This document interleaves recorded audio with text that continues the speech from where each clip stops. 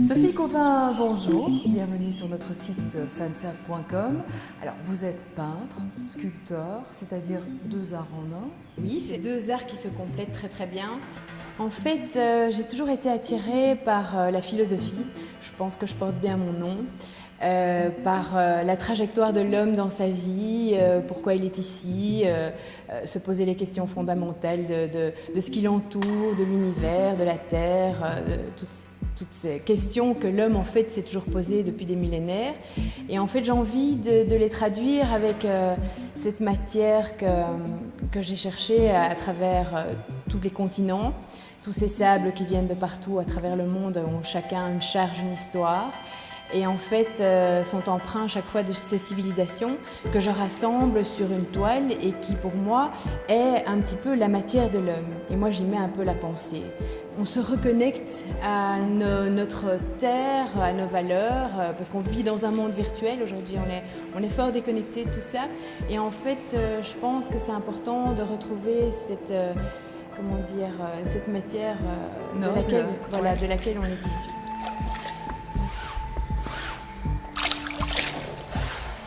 Alors cette matière, c'est vrai que je la traite un petit peu comme dans la nature, c'est-à-dire je travaille avec beaucoup d'eau, j'enlève, je gratte, je mets des strates comme dans la nature, puis je les enlève aussi, donc je détruis aussi.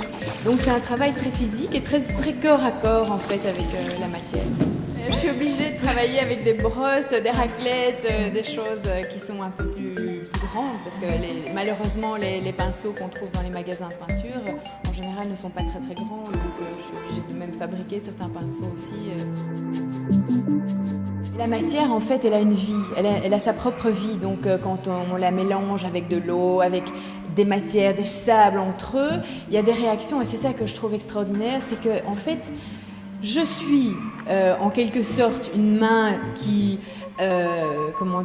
amène la matière sur ma toile et tout ça et qui la construit, mais la matière en elle-même travaille.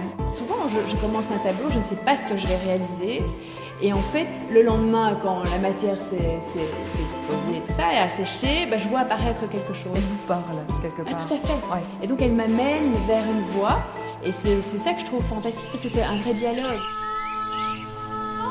Le nouvel atelier, là c'est juste merveilleux, c'est un bain de lumière et un bain de zénitude aussi. Qu'est-ce qui a fait que vous vous êtes posé ici? J'ai créé autour du bâtiment un microcosme. Donc il y a le microcosme, c'est mon jardin zen, et puis j'ai le macrocosme qui est le jardin avec son terriblement grand arbre qui est énorme. Et pour moi, ça a une symbolique aussi parce que c'est un peu comme dans l'univers. Il y a la Terre et l'univers.